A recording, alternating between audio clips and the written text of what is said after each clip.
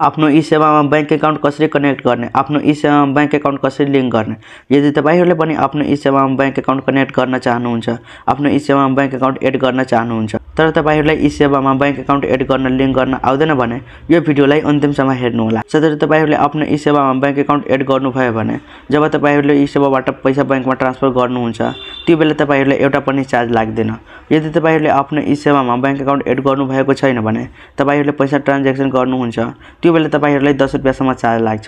त्यही भएर चाहिँ तपाईहरुले आफ्नो ई सेवामा बैंक एकाउन्ट एड गरेर राख्नुहोला। यदि तपाईहरुले पनि आफ्नो ई सेवामा बैंक एकाउन्ट एड गर्न चाहनुहुन्छ भने भिडियोलाई हेर्दै गर्नुहोला। साथै च्यानलमा नयाँ हुनुहुन्छ भने च्यानललाई सब्स्क्राइब गरिदिनु होला र साथसाथै घण्टीले पनि अलमा सिलेक्ट गरिदिनु होला, किनभने आगामी समयमा यस्तै भिडियो तपाईहरुको लागि ल्याइरहेको छु। आउनु सब ढिला नगरिकन भिडियोलाई स्टार्ट गरौँ। सो साथै त्यसको लागि तपाईहरु के गर्नु होला, ई सेवा ओपन गर्नु होला। ओपन गरिसकेपछि माथिपट्टि देख्नुहुन्छ प्रोफाइलको आइकन, यसमा तपाईहरु क्लिक गर्नु होला। क्लिक गरिसकेपछि यहाँ तपाईहरु एउटा अप्सन पाउनुहुन्छ बैंक एकाउन्टको, यसमा तपाईहरु क्लिक गर्नु होला। क्लिक गरिसकेपछि यहाँ एकछिनको लागि लोडिङ लिन्छ। अब साथै तपाईहरु के गर्नु होला, यहाँ हेर्न सक्नुहुन्छ साथीहरु मैले यहाँ एउटा बैंक एकाउन्ट एड गरेको छु।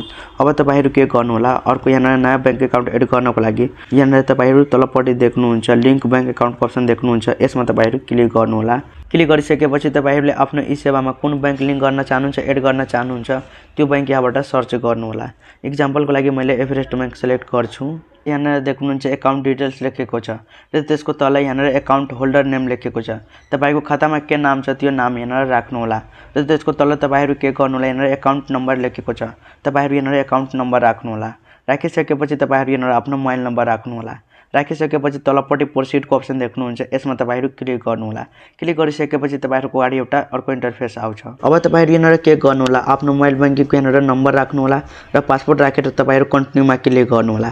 क्लिक गरिसकेपछि अघि तपाईहरुले जुन मोबाइल नम्बर राख्नु भएको छ त्यो मोबाइल नम्बरमा तपाईहरुलाई ओटीपी कोड आउँछ, त्यो ओटीपी कोड यहाँ राख्नु होला। ओटीपी कोड राखिसकेपछि तपाईहरु कन्टिन्युमा क्लिक गर्नु होला। क्लिक गरिसकेपछि हेर्न सक्नुहुन्छ साथै भेरिफाइड बताइसकेको छ र त्यसको तल लेखेको छ यहाँ congratulation your bank account has been verified and linked successfully. सो यो तरिकाले तपाईहरुले आफ्नो ई सेवामा बैंक एकाउन्ट एड गर्नु होला।